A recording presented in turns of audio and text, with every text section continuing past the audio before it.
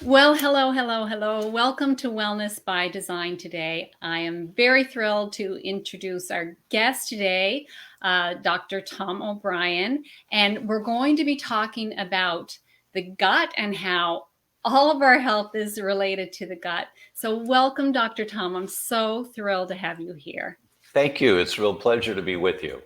Well, I want to tell our audience more about you. And now a lot of people probably know about you. I've known about you for a long time, but I'll read your bio for them. So, when it comes to getting healthy, Dr. Tom O'Brien's goal for you is making it easy to do the right thing. As an internationally recognized, admired, and compassionate speaker focusing on food sensitivities, environmental toxins, and the development of autoimmune diseases, Dr. Tom's audiences discover that it is through a clear understanding of how you got to where you are that you and your doctor can figure out what it will take to get you well. Dr. Brian is considered a Sherlock Holmes for chronic disease and teaches that recognizing and addressing the underlying mechanisms that activate an immune response is the map to the highway towards better health. He holds teaching faculty positions with the Institute for Functional Medicine and the National University of Health Sciences. He has trained and certified tens of thousands of practitioners around the world in advanced understanding of the impact of wheat sensitivity and the development of individual autoimmune diseases.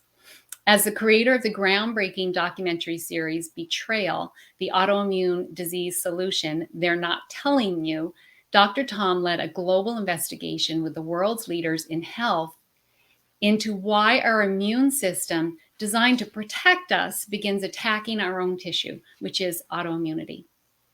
His 2016 critically acclaimed groundbreaking book, The Autoimmune Fix, outlines the step-by-step development of degenerative diseases and gives us the tools to identify a dis-ease process years before the symptoms become obvious. Winner of the National Book Award and ranked #1 in several categories on Amazon.com, The Autoimmune Fix offers a cutting-edge protocol on how to turn one's life and health around, one base hit at a time. Dr. Tom, I'm so grateful that you are here. And I just want to share with the audience that my journey with autoimmune began in 2016, which is when your Betrayal series came out. And that series, it changed the trajectory of my life because I could understand that there was hope, that I could get to the root causes and reverse rheumatoid arthritis. And that's exactly what I did. So thank you so much for that beautiful work that you did. Oh, thank you. It's critical that people have a paradigm shift in how to take care of their health. And normally we don't pay any attention to our health until there's a problem. So true. And if we took that kind of care to our cars, when you buy a new car, that you never take it to a mechanic until there's a problem, then you would not follow the new car guidelines, 5,000 mile checkup, 10,000 mile checkup. We don't do checkups for our body. And we've been trained not to think about our body as a intricate machine that needs to be oiled and greased every once in a while. We need the proper oil, and you can't put engine oil in the transmission. It won't run very long, right? You can't eat fried foods from a deep fryer. Your body won't run very long. It'll run for 30 years or 40 years, but by then, having French fries once a week or twice a week, or potato chips or pork rinds or whatever we're eating that's deep fried, eventually your blood vessels get all plugged up. And it's a constant low grade process by which that occurs. So it's a paradigm shift that we need. And thank you for your kind words about Betrayal, that it gives people the opportunity to just sit back and listen to people who reverse their multiple sclerosis. The 42-year-old woman in a wheelchair, she can't walk. She has 7 lesions on her brain. And you see 2 years later, she has no symptoms whatsoever. And there's 2 lesions left on her brain. Now, Amazing. every neurologist in the world will tell you that's not possible Yeah. to reverse lesions on the brain. Well, in my full day course online for healthcare practitioners called Certified Gluten-Free Practitioner course, the CGP course, we show you 5 or 6 different studies with the pictures of reversing lesions in the brain on a gluten-free diet, that sometimes that's the trigger. Yeah. And you rebuild every cell in your body, every single cell. You have an entire new body every 7 years. So the Mm. question is, are you rebuilding sick cells or are you rebuilding healthier cells? So that's a paradigm shift that people need. And Betrayal does a really good job of helping people to just say, wow, I didn't know that. Mhm. Wow, I didn't know that. So I'll just thank you for that feedback. And I'll just mention that Betrayal, you've got it free on your website for anyone to watch it, thedr.com/betrayal. Anyone can go watch it. It's amazing. And I feel like one of the things in my mission is to give people hope. So I love sharing any stories where people see there's hope.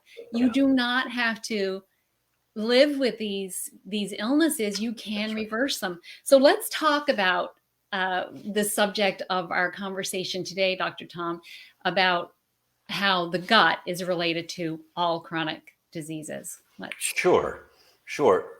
If I can begin, one of my mentors and friend is Professor Alessio Fasano, Mhm. who is at Harvard. Yeah. And he's a professor of medicine, Harvard Medical School, a professor of nutrition, Harvard School of Public Health, the chief of pediatric gastroenterology at Mass General at Harvard, the director of the Mucosal Immunology Center at Harvard, meaning the lining of your lungs, the lining of your gut, the lining of your brain. He's the director of all of that, and the director of the Celiac Research Center at Harvard. 5 titles. Wears a That, few hats. right, that any one title is a lifelong goal for people at the top of their field. Hmm. And he's got 5. We Yeah. think he's going to win the Nobel Prize. We truly do, because it was he and his team in 1997, almost 25 years ago, that identified the mechanism of this thing that we now call leaky gut.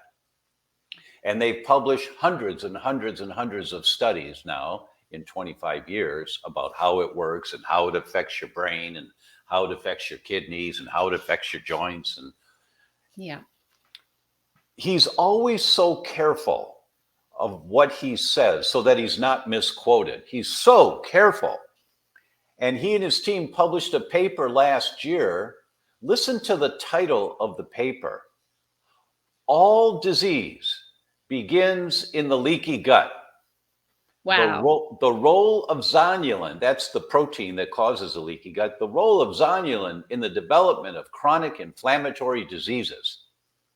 This is what they're teaching at Harvard Medical School right now. Is That's that good. exactly. All disease begins in the gut. Now, for anyone who's like, this is Harvard Medical School, and we learned this 2,500 years ago from the father of medicine called Hippocrates. He wrote, Right. all disease begins in the gut. Yes. Now we've got Fasano and many others saying the same thing. So anyone that crosses their arms and says, yeah, whatever, well, we wish you well on your health journey, but it's not unlikely to go the way you want it to go Yeah. until you understand. Now, Professor Fasano talks about the 5 pillars in the development of chronic inflammatory disease. This is And very interesting. I'd like to share this. Yeah. this is critical for everyone to know. Critical. You want to reverse the direction of your health? This is what you need to know. If you think taking a pill and getting rid of your symptoms fixes the problem, it's going to manifest somewhere else. Most likely, it's going to show up somewhere else. You have to identify, where is this coming from? And we know the National Institute of Health tells us of the top 10 causes of death today, 8 out of 10 are chronic inflammatory diseases. 8 out of 10. Wow. And they all begin in the gut. They all begin in the gut. So the two that are not are unintentional injuries, accidents, and suicide. Top 10 causes of death. But arguably, suicide is an inflammatory disease in the brain because people that commit suicide are depressed, and depression is an inflammatory disease. So we think 9 out of 10 are of the top 10 causes of death, meaning this affects everyone. This is at the base that starts the fire in your body that manifests in your brain as seizures or autism or Alzheimer's, manifests in your joints as rheumatoid arthritis, manifests in your skin as acne or psoriasis, manifests in your hair as alopecia, losing your hair. It doesn't matter the diagnosis, MS, lupus, scleroderma, they're all chronic thyroid disease. They're all chronic inflammatory diseases. So if you understand that basic concept, you don't have to be a geek to understand that every disease is an inflammatory disease. That's the first concept. You're so good at breaking these complex topics down into simple ways for people to understand. So I love that you're sharing this with everyone. I know you're going to simplify it so well. Yeah, really, because it's critical to understand. It doesn't matter if you are a medic or you're a landscape architect or you're a carpenter. It doesn't matter if you don't have any training. Everybody can understand that every disease is an inflammatory disease. The cells are on fire. It's just a question. Is it a brain cell or a skin cell or a joint cell or a liver cell? But the cell is on fire. That's the first concept. So then the question is it gasoline or kerosene? Is it a brain cell or a kidney cell? But it's always a fire. It's always inflammation. So once you get that, and you're wondering, how come your child's got another ear infection? Then the first thing you think is, it's inflammation. Where's the inflammation coming from? Yeah. Or you say, my menstrual cycles are worse than ever. Why are they so bad? And you think, it's inflammation. Where is the inflammation coming from? Or all roads lead to inflammation. That's right. That's right. All roads lead to inflammation. And Professor Fasano talks about the 5 pillars in the development of chronic inflammatory diseases. So I'm going to talk about the 5 pillars because when you get this concept, then you understand all disease begins in the gut. So the first of the 5 pillars is your genetics. Now, what does all that mean? You pull at a chain, the chain always breaks at the weakest link. It's at one end, the middle, the other end. It's your heart, your brain, your liver, your kidneys. Wherever your genetic weak link is, that's where the chain's going to break if you pull too hard. That's the disease that you get if you pull. And what's the pull on the chain? Inflammation. The more inflammation you get, the weakest link in the chain is where it's going to show first. So that's the first concept. Now, what do you do about genes? You really can't do much about genes. It's the deck of cards that you were dealt in this lifetime. You can't change your genes. But what you can do is understand that your genes operate on a dimmer switch. Meaning you can turn the genes up so they're very expressive and they make the proteins so that you get more inflammation if it's an inflammatory gene, or you can turn the genes down so that the inflammation genes, less inflammation, and the anti-inflammatory genes go up, and you have more anti-inflammation. So who's got their hand on the dimmer switch? Who's turning the dimmer switch in our bodies? What dimmer switch? Every dimmer switch, every genetic dimmer switch. Thousands and thousands and thousands of genes in our body. Are they really active or are they calmed down? So that's the question that you think about when you understand this concept of genes, the first pillar. So who's got their hands on the dimmer switch? Pillar number 2, environmental triggers. That means what the air you breathe. You live in a moldy house, you're going to get sick. Wherever your weak link is, you're breathing mold all day. Well, it doesn't smell bad. We'll put that on your tombstone. He said it didn't smell too bad, right? That if you, it's what you breathe, environmental triggers that you breathe, but the most common environmental trigger is what's on the end of your fork. That's where the most of the outside world comes inside our body to affect our gene expression is what you eat.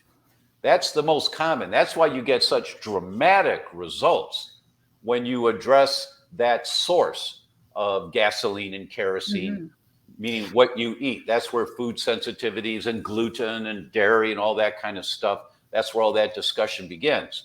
But the big kahuna picture is that environmental triggers have their hands on the round knob of the dimmer switch, turning things up or turning things down. That's number 2 of the pillars. Number 3, we've heard about the microbiome in our gut. From the mouth to the other end is this long tube that we've got called our gut. And the bacteria in the gut is called the microbiome. It's the bacteria and the viruses, the bugs that are all there. That's the microbiome. And when you have too many inflammatory triggers coming in, then you get an inflamed microbiome, meaning more bad guys in the gut that cause inflammation all by themselves than good guys. That's number 3, is what's the microbiome like? And we're going to talk more about that here today. But that's number 3.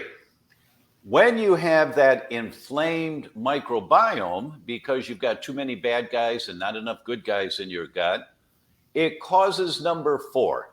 Now, your gut is a tube, starts at the mouth, goes to the other end. The inside of the tube is lined with cheesecloth.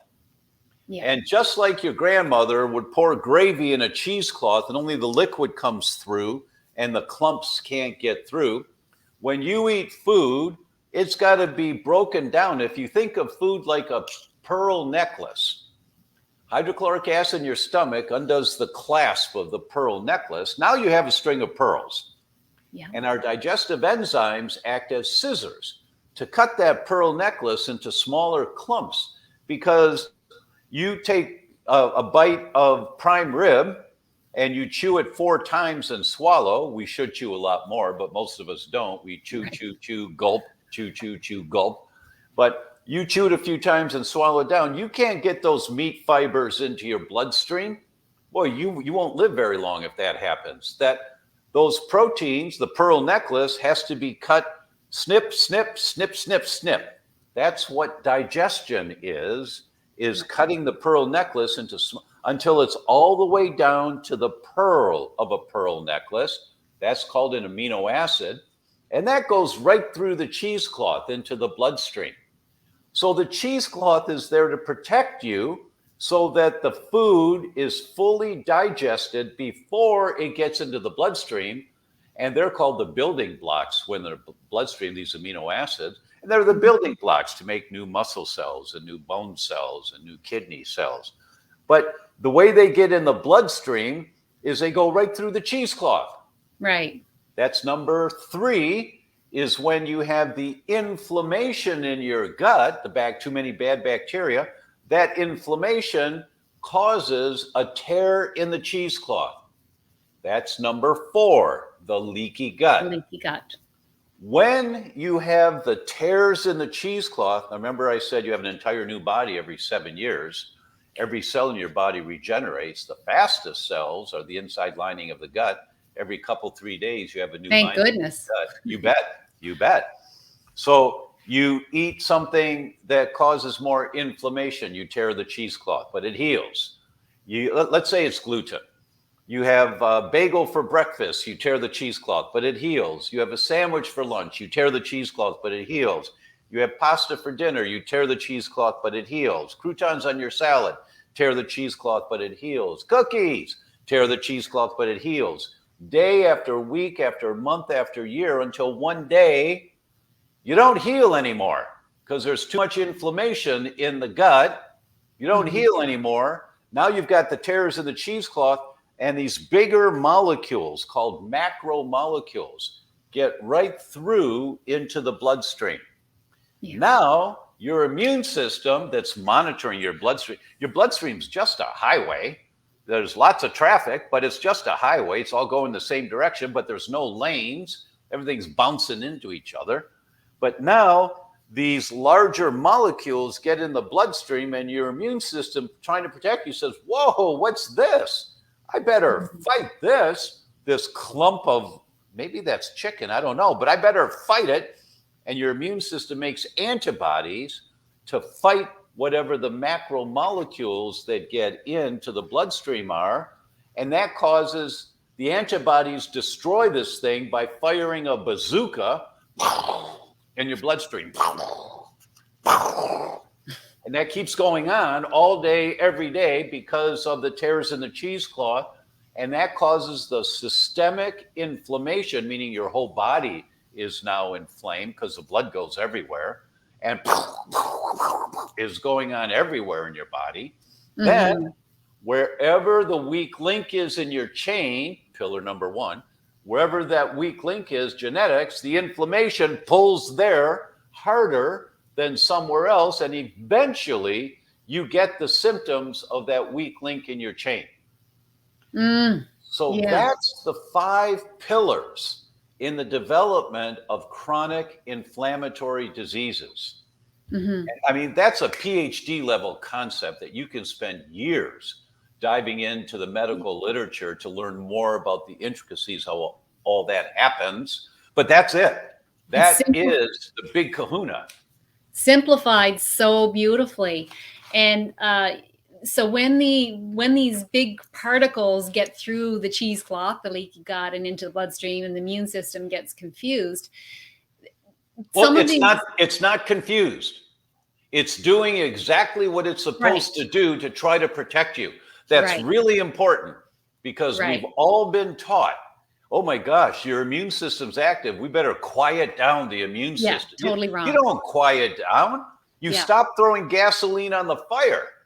You know, that's what you have to do. But the confused, not in the sense that it's doing its job, but that some of these amino acids and proteins look very similar to our own tissue, right? The molecular mimicry. And that's where the confusion happens. Is that correct? That's correct. Depending on your genetic vulnerability, the antibodies that are fighting chicken or gluten, let's take gluten.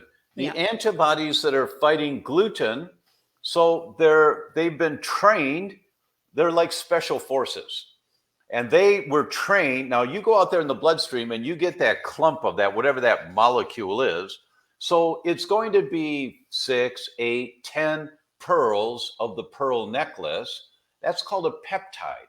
A peptide is a piece of the whole protein, a piece of the pearl necklace.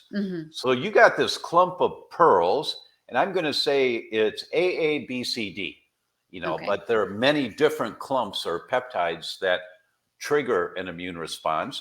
But the antibodies are now trained to go after AABCD. I call that the orange vest. So they're out in the bloodstream, they're looking for orange vests. Anywhere they see AABCD, they fire their chemical bullet. And what they're supposed to do. They destroy what they've been trained to destroy. Just following orders. That's exactly what they're supposed to do, right? The problem is all of your tissue is made up of proteins, and the proteins are hundreds of amino acids long. It's like a brick wall. You know, that if you've got a beautifully designed, intricate brick wall, and it's in different sections or different colors of brick or whatever it should be. When you see this one color of brick and these 4 or 5 bricks that kind of form almost this like rainbow color, whatever it is, that peptide, that clump of bricks, A, B, C, D.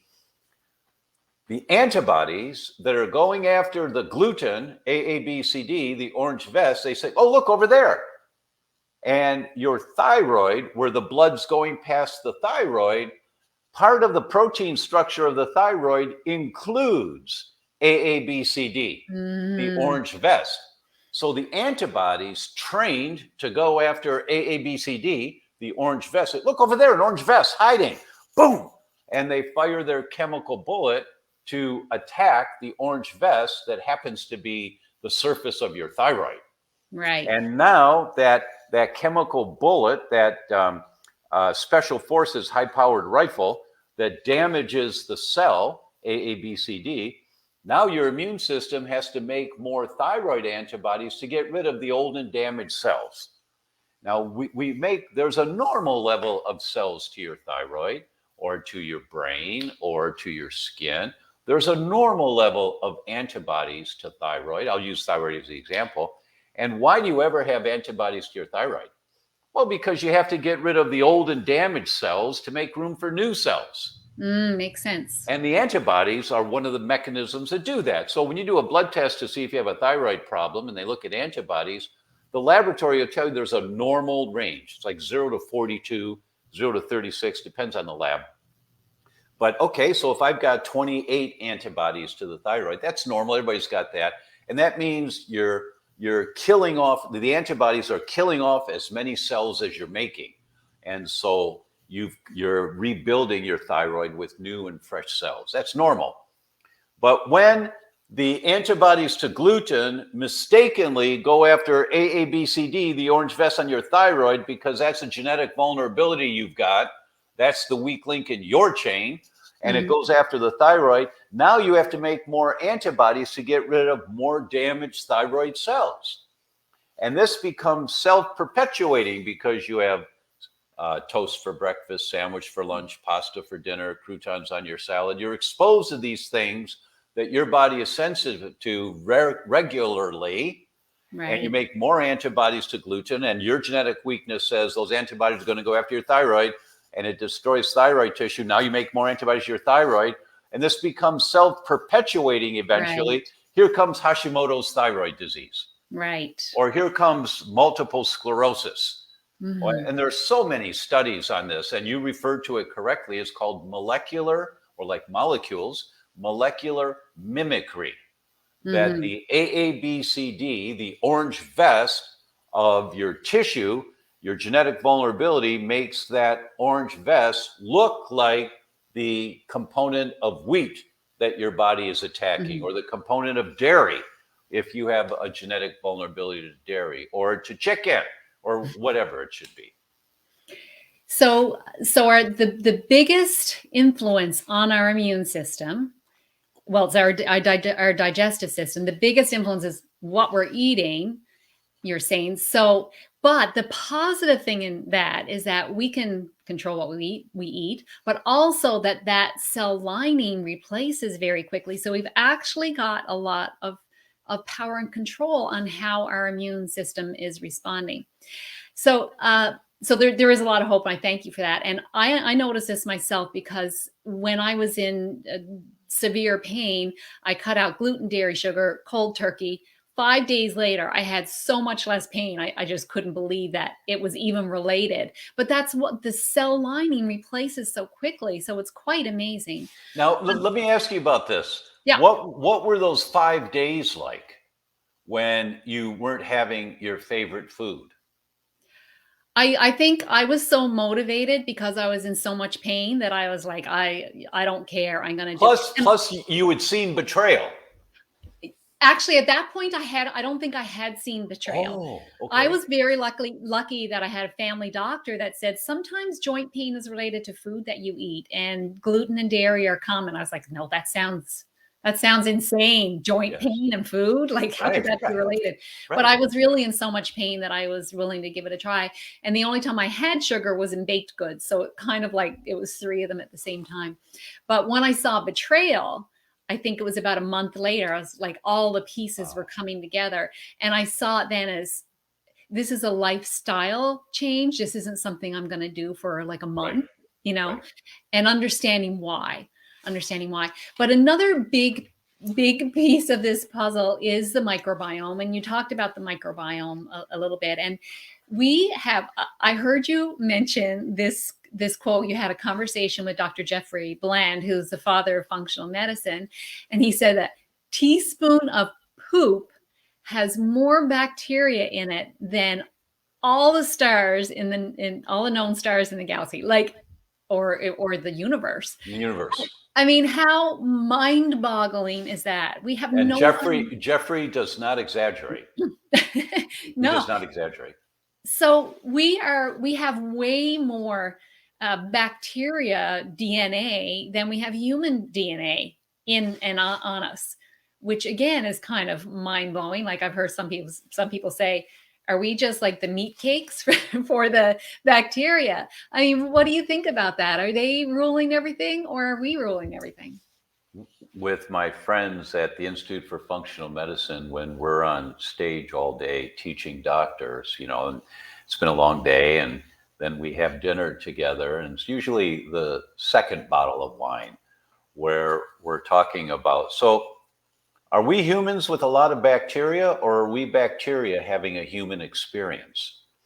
Because there are 10 times more of them than human cells in our body, and over 100 times more genes from the Right. bacteria than the human genome. Human genome's about 23, 24,000, depending on what paper you read.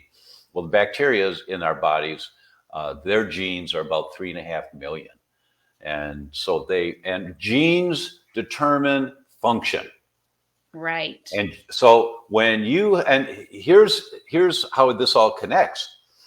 We talked about when you have too much bad bacteria in your gut, that's number 3 of the 5 pillars. And Right. that's called dysbiosis. That's Mhm. a geek word, but it just means too much of the wrong guys in your gut. 36% of all the molecules in the bloodstream, in the healthy blood, 36% of everything is the exhaust of the bacteria in your gut. It's called their metabolites. I just say it's the exhaust. Like when you exercise too hard and your muscles make lactic acid and you're sore the next day, lactic acid is the exhaust from your muscles. Well, the bacteria in your gut, they're active, they're doing their thing, and they create these metabolites. It's exhaust. And 36% of everything in your bloodstream is the metabolites of the bacteria in your gut. Why? It's because those metabolites are the messengers telling the brain what to do. As an example, Wow. Professor Michael Gershon from Princeton, in 1999, he taught us that for every one message from the brain going down telling the gut what to do, there are 9 messages from the gut going up telling the brain what to do. Right. It's these molecules in the bloodstream from the gut, the metabolites from the gut. They are the messengers that tell the brain how many brain hormones called neurotransmitters to make. And what balance of those neurotransmitters. And the geek term for all of this is called modulates. Modulate. So the bacteria in your gut modulate brain function. What does that mean? It means they've got the hands on the steering wheel telling the brain where it's going. And if you have too much of the wrong kind of bacteria in your gut, number 3 of the 5 pillars, you have too much of the wrong bacteria causing inflammation in your gut. The exhaust of that bacteria sends inflammatory messages to your brain. Now you get depression, or now you get anxiety, or now you get bipolar, or now you get schizophrenia. It Right. just depends on what your weak link in the chain is, how it's going to manifest. But who's got their hands on the steering wheel is the bacteria in your gut. They've got their hands on the steering wheel. That's why all disease begins in the gut. This is what they're teaching at Harvard Medical School. Yeah. And so And we need to wrap our heads around this. And it's so hard for people because they've not studied, this whole world. Well, what do you mean? What's my gut got to do with my brain? And I fully understand that, but we got to get past that and yeah, understand the exhaust from the bacteria make up over 1/3 of everything in your bloodstream.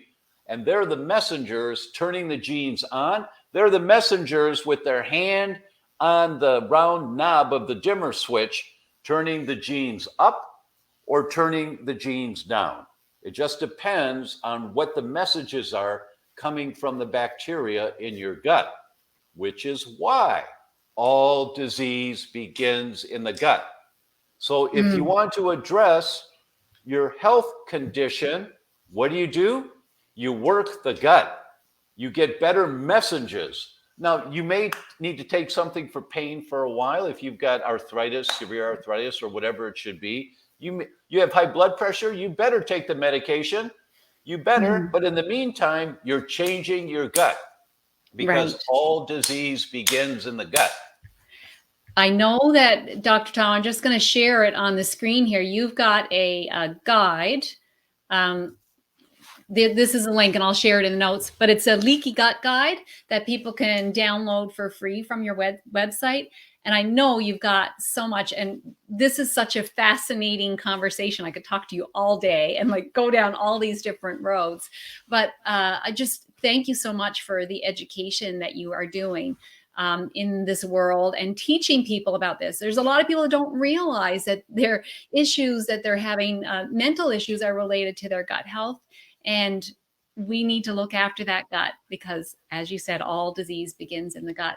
You So, know, may I say that when I'm on stage speaking to doctors, and they're a tough group, they're always a tough group because they think they know everything, right? And when I start showing them the study after study after study from Harvard and Stanford and the Royal Academy of Medicine in England and about this concept, and now they're just all like open-eyed and so, wow, I didn't know this. I usually end with the gut dance, and, and because I want to imprint on them, so I look stupid up there on stage. What do you do for MS? All disease, heal the gut. What do you do for rheumatoid? Heal the gut. What do you do for Hashimoto's? Heal the gut, heal the gut, heal the gut. And they're all laughing because I'm doing this stupid stuff on stage, but it imprints. And right. they get it. And they get it. They may not remember all the studies, but they get it.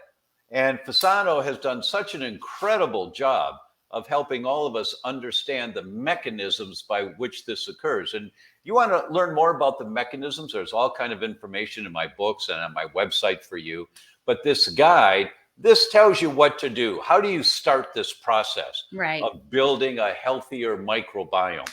Because that's the big kahuna goal. The big goal is a diverse, healthy, anti-inflammatory microbiome. That's the goal. Right. I don't care what your diagnosis is, because all chronic diseases are inflammatory diseases. And to reduce the inflammation, you have to heal the gut, heal the gut, heal the gut. So, it's again and again. And study after study after study tells us this. Thank you for doing your dance for us. We are going to remember this. But I also want to ask you, I ask every guest this question: what's one action someone could take today to improve their health? I know you're going to say it's to heal the gut. Where would someone start? Like one little action they could do today, Dr. Tom? Actually, if there's one thing you're going to do, just one thing, it is embrace the subtitle of my second book. The book's called You Can Fix Your Brain. And it's a really good book, #1 in 7 categories on Amazon. I'm really proud of that. But the subtitle says it all. And if you wrestle with this concept, like when you're driving today, just think about this concept. Think if it makes sense to you. The way we live our lives is causing the inflammation that manifests wherever the weak link in our genetic chain is. So it's how we live our life. So we have Mm. to live our lives differently. But that requires what's called a paradigm shift, a difference in the way that you think. You can't put a New Year's resolution on top of your old way of thinking and expect to be successful. It ain't going to work, right? Mhm. We have to change our paradigm, how we think. And the only way I know to do that successfully for the majority of people is the subtitle of the book. The subtitle of the book is Just 1 Hour a Week to the Yes. Best Memory, Productivity, and Sleep You've Ever had. But it's the 1 hour a week concept. Why do I say that? Because you're going to be so overwhelmed by Mhm. everything you start to learn of what you're doing wrong in terms of how we live our lives. You're going to learn that you put nail polish on your fingers, and in 5 minutes, the phthalates, chemicals used to mold plastic that make nail polish hard, the phthalates are in your bloodstream in 5 minutes. People don't realize that. People don't know, or you're going to learn that when you put leftover food in the plastic storage container in the refrigerator, the next day, the chicken's got phthalates on it, and you're getting Mm. exposure to these toxic chemicals. Now, there's no evidence that the amount of phthalates that leach into your bloodstream from nail polish is harmful to humans. There's no evidence. There's no evidence that the amount of phthalates that come from plastic containers into your food, you eat the food, is harmful for humans. And that's how they get away with this crap. Because That who's studying that, right? they paid off the senators and representatives in 1976 to publish what's called the Toxic Substance Control Act. And it's still the regulating body of information on introducing chemicals into our environment. They've paid millions every year in lobbying fees to make sure nobody introduces bills to change this. Mhm. Because the way it's set up, you have to prove that the amount of chemical you're exposed to causes disease. It doesn't. It doesn't. The coating on Teflon pans that leaks into your food, you have to prove that the amount of that causes disease. It doesn't. But these chemicals are accumulative in your body.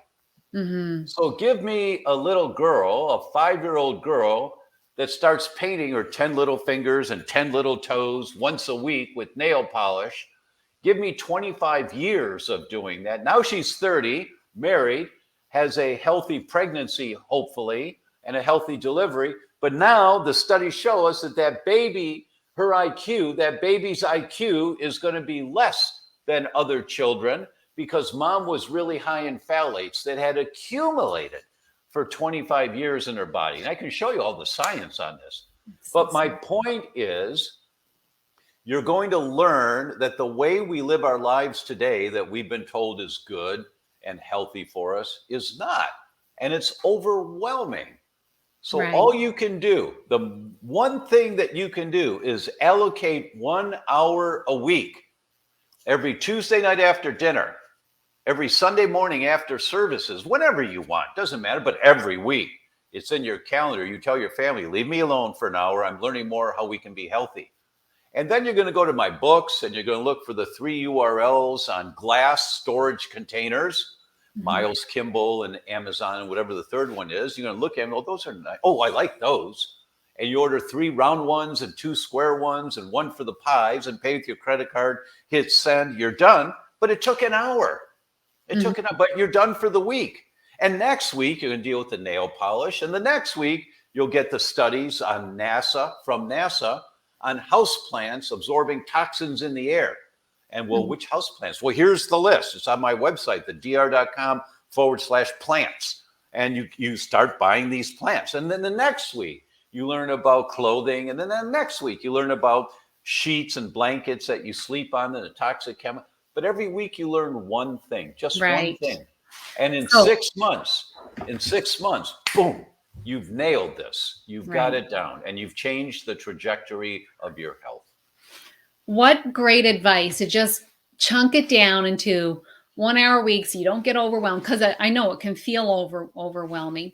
But yeah, educate yourself on how our lifestyle is leading to this chronic disease. It's that chronic disease wasn't around like this many years ago. It's a modern thing. It's a, So it's a modern epidemic. 50 years ago, we didn't have this.